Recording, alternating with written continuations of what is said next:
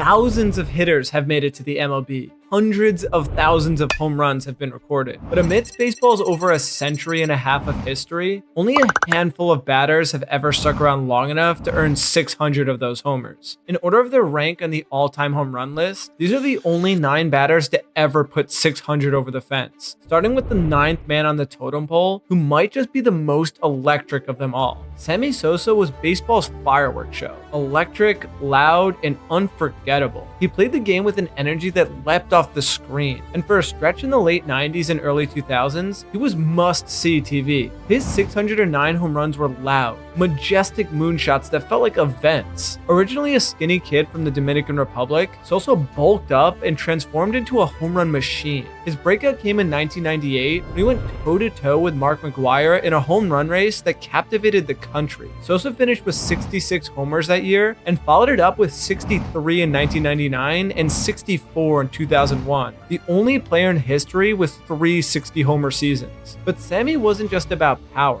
He was a 30-30 guy, a run producer, and a right fielder with a cannon arm. He helped bring the Cubs back into contention and became the face of baseball in Chicago. Fans loved his hop out of the box, his salute to the crowd, and his genuine joy for playing the game. Of course, his legacy is complicated. Corked bat controversies and PED whispers cloud the narrative. But for that incredible run, Sosa was a superhero in spikes. His path to the 600 club was defined by explosive power, charismatic flair, and a relentless drive to be the best. Something that can also be said about Cleveland legend Jim Thome. Thome drills one high and deep to center. Away, way back. Gone deep into the picnic plaza.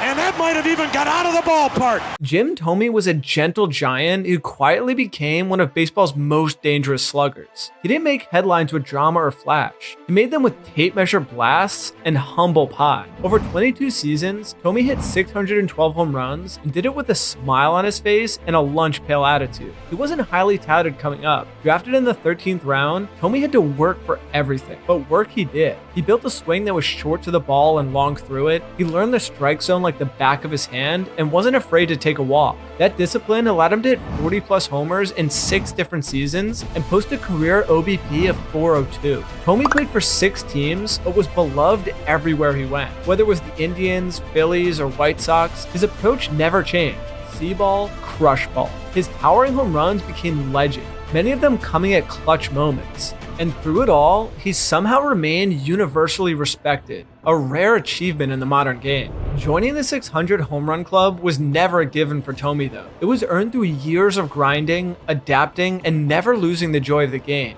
He didn't have the flashiest tools, but he turned what he had into a Hall of Fame career. When you talk about power hitters that did it the right way, Jim Thome's name belongs near the top, right along Mariners legend Kenn Griffey Jr. Kenn Griffey Jr., one of, if not the sweetest swing in baseball history, hit home run number 600 in his career. Kenn Griffey Jr. had the prettiest swing baseball had ever seen. It was a left-handed uppercut symphony, a smooth and violent blur that turned fastballs into souvenirs. Griffey was practically born to play baseball, the son of a big leaguer who became a legend in his own right. And from the moment he debuted at 19, you knew the kid was special. Griffey was the face of baseball in the 90s. Backwards hat, easy smile, Spider-Man defense in center, and of course, the thunderous bat. From 1996 to 2000, he averaged over 50 home runs a season, including 56 in both 1997 and 1998. But unlike other sluggers, Griffey was also a gold glove center fielder. He wasn't just mashing, he was robbing guys, running the bases, and doing everything under the sun to win games. Injuries eventually slowed him down, robbing him of perhaps hundreds more home runs, but he still kept coming. By the time he retired in 2010, he had 630 bombs to his name and a seat at the 600 club table.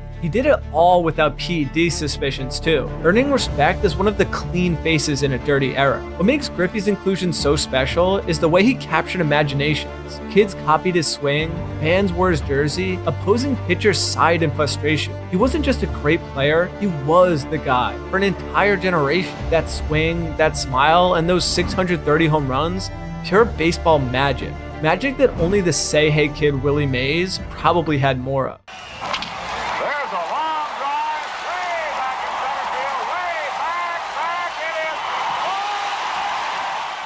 Willie Mays played baseball like it was jazz.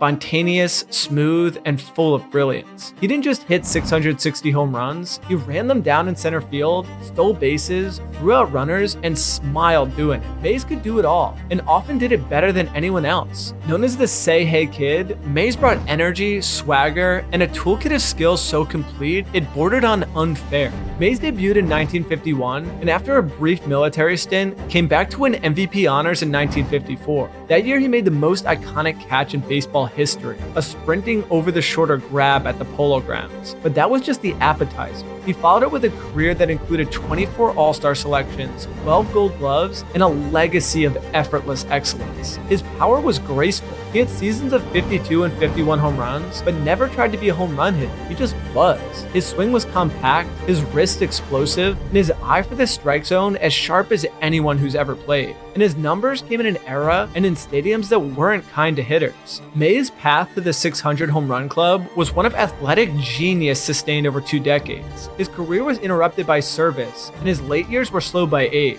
But when he was in his prime, there was no one better, and he has 660 reasons to prove it. His inclusion in this club is proof that the greatest don't need to specialize to be immortal. They just need to be Willie Mays. And that is hit well into right center field. Anderson goes back and see you later. There it is. Alex Rodriguez is now a 40-40 player. Alex Rodriguez was built in a lab to play baseball. From the moment he stepped on a major league field as an 18-year-old phenom, it was obvious A-Rod had Hall of Fame talent. And for over 2 decades, he mashed. With 696 home runs, 3 MVPs, and over 3,000 hits, A-Rod was one of the most complete offensive players the game has ever seen. He was a shortstop with the power of a first baseman, and his swing was poetry. It was balanced, fast, and mechanically sound. A-Rod didn't just hit home runs, he launched them. His 57 homer season in 2002 with Texas and his 54 bombs in 2007 with the Yankees are testaments to his power ceiling. But beyond the long balls, A-Rod was a run-producing machine. He led the league in RBIs twice, hit over 309 seasons, and stole 329 bases. For all the controversy surrounding his PED suspicions, his raw talent and baseball mind were undeniable. A-Rod's path to the 600 club wasn't linear though. It included comebacks, public apologies, and reinventions. However, through it all, his bat remained loud. He was one of the few players you expected to hit a home run every time he stepped to the plate. More often than not, he delivered. But nobody delivered more in big moments than the machine, Albert Pujols. The next, Albert lifts it in the air, out to deep right, at the wall, gone! 694. Albert Pujols was a metronome of greatness. For the first decade of the 2000s, there wasn't a more consistent or feared hitter in baseball. He debuted with the Cardinals in 2001, hit .329 with 37 home runs, and never looked back. Over his first 11 seasons in St. Louis, Pujols averaged 40 home runs and 121 RBIs per year. Read that again. His nickname, the Machine, wasn't hyperbole. Pujols possessed a blend of brute strength, disciplined plate approach, and baseball IQ that made him a pitcher's nightmare. He rarely chased bad pitches, and when he got his pitch, he didn't miss. His swing was a compact explosion, efficient and deadly. But unlike many other power hitters, Pujols was a pure hitter first. He hit for average, drove in runs, and delivered in the postseason. His 703 home runs are just one part of a resume that includes 3 MVPs, 11 All-Star appearances, and 2 World Series titles. He also joined the elite 3,000 hit and 2,000 RBI clubs. Later in his career, injuries and age slowed him down, but Pujols still managed to cross the 700 homer threshold, one of only 4 players in history to do so. His climb into the 600 club wasn't built on 1 or 2 massive seasons. It was the product of a decade plus of steady dominance and surgical precision at the plate that maybe only Babe Ruth has ever matched. Babe Ruth was the Sultan of SWAT. He was past his peak, but in the very first All-Star game, he came to bat with 1 man on and with poetic justice pulled a home run to provide the winning margin. Babe Ruth didn't play baseball. He became baseball. Before him, the sport was a game of bunts and stolen bases. Then came the Sultan of SWAT, and everything changed. Ruth turned the home run into baseball's most thrilling act. His 714 long balls didn't just set a new bar, they created the bar. Originally a dominant pitcher from the Red Sox, Ruth's switch to the outfield unlocked a whole new level of offensive production the game had never seen. From 1919 to 1935, he blasted homers at a pace that defied logic. In 1927, he hit 60 home runs in a 154-game season, a record that stood for 34 years. What made Ruth so special wasn't just the power, it was the charisma, the presence, the way fans flocked to see him swing. He turned Yankee Stadium into the house that Ruth built, and made the Yankees the most iconic franchise in sports. Even now, nearly a century later, Ruth's name still carries mythological weight. His swing was long and uppercut, tailored to lift the dead ball era into the stratosphere. But more than mechanics, Ruth had an instinct for hitting. He anticipated pitches and delivered when it mattered. And in a world of grainy film and black and white box scores, Babe Ruth's legend still shines in Technicolor. Once again, a standing ovation for Henry Aaron. Hank Aaron was quiet thunder. No flash, no antics, just pure, devastating consistency. He played 23 seasons and never hit more than 47 home runs in a single year. But he also never let up. Year after year, he produced 20, 30, 40 home runs with robotic reliability. His greatness wasn't loud, but it echoed across generations. Born in segregated Alabama, Aaron overcame racial adversity not only to enter the league, but to dominate it. He debuted in 1954 and began quietly stacking numbers that would eventually become unignorable. His swing was quick and wrist-heavy, almost like he was flicking the ball out of the park. And while he was never the most physically imposing player, he had that perfect blend of hand-eye coordination and bat speed that made every swing count. By the time he surpassed Babe Ruth's 714 mark in 1974, Aaron had become a symbol of perseverance and excellence. He received hate mail and death threats, yet never once allowed the pressure to break him. He finished with 755 home runs, but also led the league in RBIs at 2,297 and total bases at 6,856. The man wasn't just a slugger,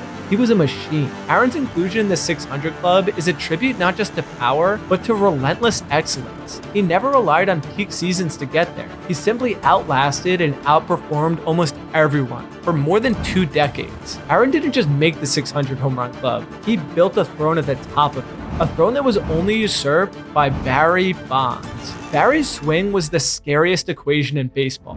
Bat speed plus pitch recognition plus god-tier plate discipline equals the most feared hitter the game has ever seen. For 22 seasons, Bond didn't merely play baseball. He redefined it. He was a force that turned pitchers into puzzle pieces, and every at-bat into an event. The numbers are ridiculous. 7 MVPs, 14 All-Star selections, a record 232 walks in 2004, and of course, 762 home runs. But to truly appreciate Bonds is to understand the combination of science, psychology, and raw talent that made him the most feared hitter in baseball history. His early career in Pittsburgh showcased a wiry 5-tool outfielder who could steal 40 bags and blast 40 home runs a season. But when he signed with the Giants in 1993, Bonds began the transformation into the most intimidating hitter of all time. His plate discipline became almost supernatural. Pitchers stopped throwing to him. Entire games revolved around how to avoid him. And yet, he still crushed baseballs into McCovey Cove with terrifying regularity. From 2000 to 2004, he knew the strike zone better than the umpires. Being great for a season is hard. Sustaining dominance for over 2 decades, that's Hall of Fame territory. Love him or scrutinize him, there's no denying that Barry Bonds was a home run phenomenon. But if you side with hating him, watch our video on the most hated player for each MLB franchise to see who else has really grinded the gears of Baseball America.